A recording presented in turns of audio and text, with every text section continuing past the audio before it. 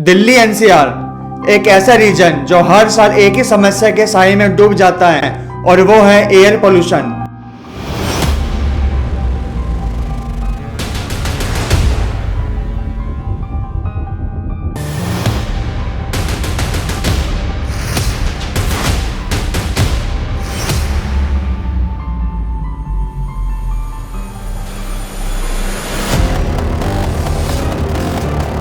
दिवाली के बाद हवा इतनी खराब हो जाती है कि सांस लेना भी मुश्किल हो जाता है।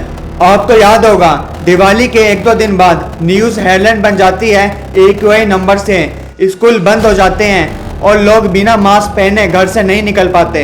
पर सवाल ये है, ये पोल्यूशन होता क्यों है?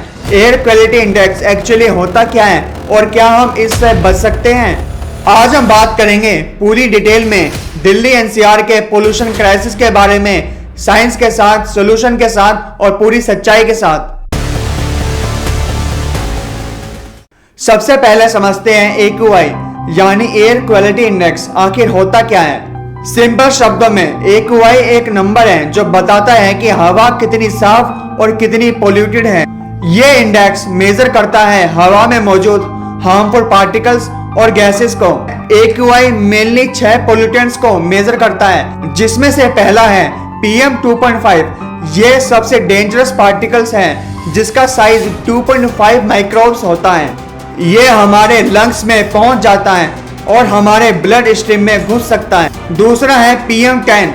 ये थोड़ा बड़ा पार्टिकल होता है जो हमारे नोज और थ्रोट में अटक सकता है।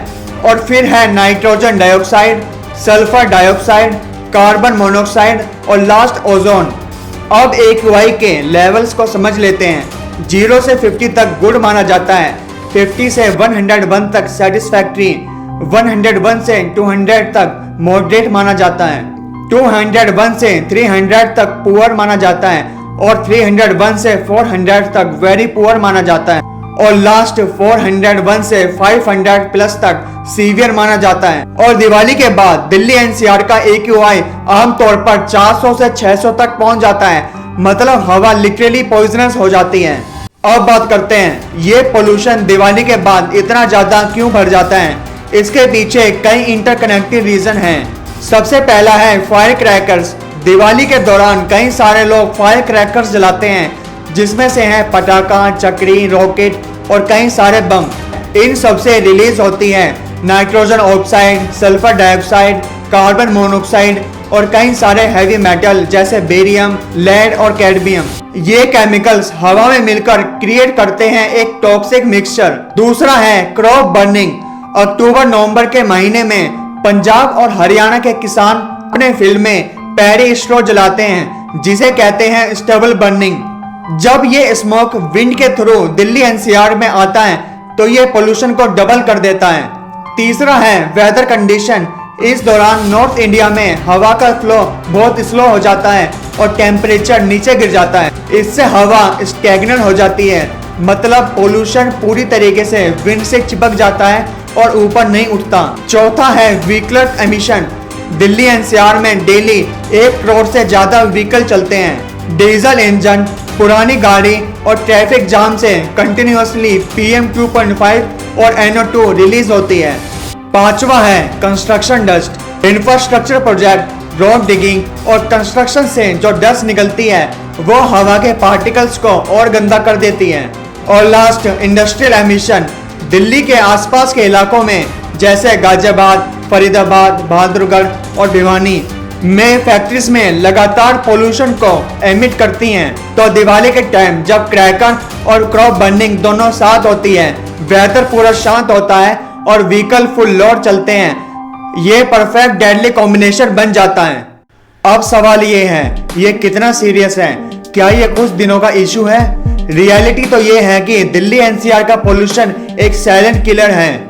WHO के हिसाब से हर साल लाखों प्रीमैच्योर डेथ होती है due to air pollution. Doctors का कहना है कि दिवाली के बाद हॉस्पिटल में अस्थमा, लंग इन्फेक्शन और ब्रीथिंग प्रॉब्लम के केसेस डबल हो जाते हैं। PM 2.5 लंग्स के अंदर जाकर हार्ट अटैक, कैंसर और स्ट्रोक का रिस्क बढ़ा देता है। बच्चों और बुजुर्गों के लिए ये और डेंजरस है क्योंकि उनका रेस्पिरेटरी सिस्टम कमजोर होता है। कुछ रिपोर्ट्स का कहना है कि दिल्ली एनसीआर में रहने वाले लोगों की लाइफ एक्सपेक्टेंसी 10-12 साल कम हो जाती है। सोचो, जो हवा हमें जिंदा रखती है वही हमारी लाइफ छोटी कर रही है। ये सिर्फ इंसानों का ही नहीं, एनवायरनमेंट का भी प्रॉब्लम है। पोल्यूशन की वजह से प्लांट्स की फोटोसिंथेसिस प्रोसेस स्लो हो जाती है क्योंकि सनलाइट प्रॉपर्ली नहीं पहुंचती। बर्ड्स और एनिमल्स को सांस लेने में दिक्कत होती है। मॉन्यूमेंट्स जैसे ताजमहल पर ब्लैक कार्बन डिपॉजिट हो जाता है जिस कारण वो येलो पड़ रहा है। मतलब ये एक हेल्थ क्राइसिस नहीं, एक इकोलॉजिक डिजास्टर भी है। गवर्नमेंट ने भी कई सारे स्टेप्स लिए हैं जैसे odd even rule, green cracker policy, smoke tower. Delhi में एयर प्यूरिफिकेशन के लिए एक एक्सपेरिमेंटल टावर है, लेकिन ये सच है, ये सब टेम्परेरी मेजर है। रूट प्रॉब्लम अभी भी वही है, बिहेवियर चेंज और कोऑर्डिनेशन की कमी।